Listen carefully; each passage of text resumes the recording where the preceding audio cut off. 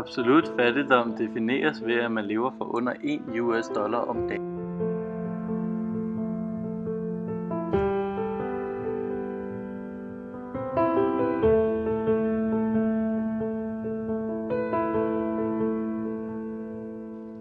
Verdens fattigste land er Congo. 87% af befolkningen lever i absolut fattigdom.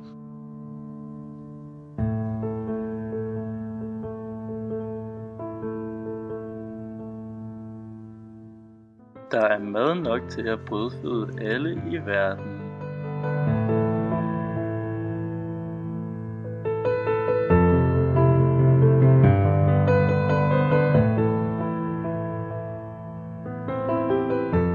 Tre ud af 4 underernærede lever i fattigdom.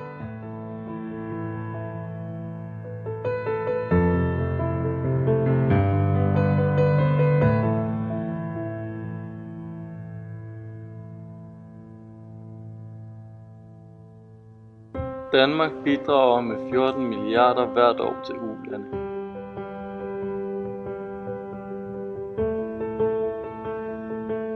Over 805 millioner mennesker lever dagligt i sult og nød.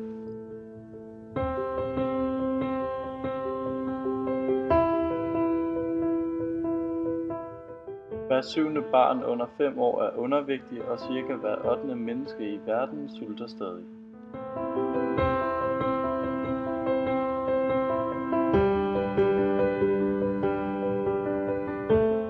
Antallet af underernærede i verden er faldet fra 23,6% i 1990 til 14,3% i 2013.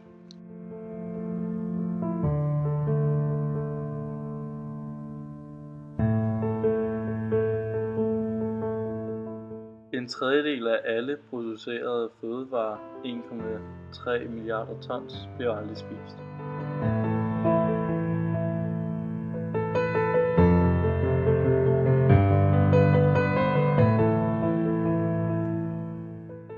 Produktionen af denne mad øger også 3,3 milliarder tons drivhusgasser til atmosfæren, hvilket har konsekvenser for klimaet og i sidste ende fødevareproduktionen.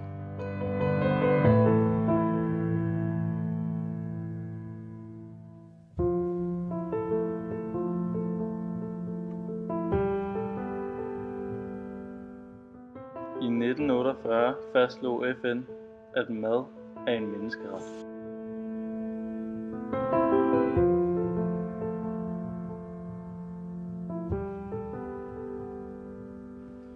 80% af verdens sygdomme kommer af urent drikkevand.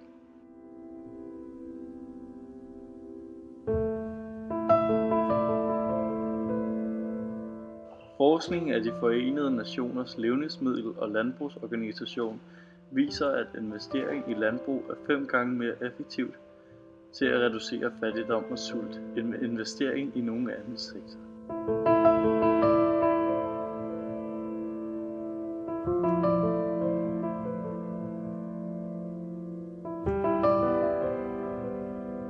Hjælpeorganisationer som UNICEF, Røde Kors og Red Barnet hjælper og kæmper for verdens fattigste.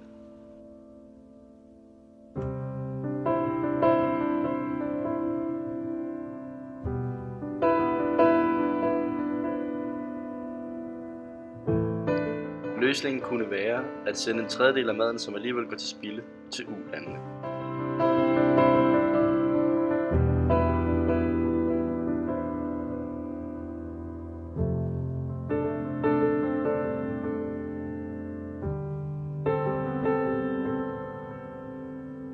Vi mener, at vi som mennesker skal stå sammen og bekæmpe fattigdom og sult.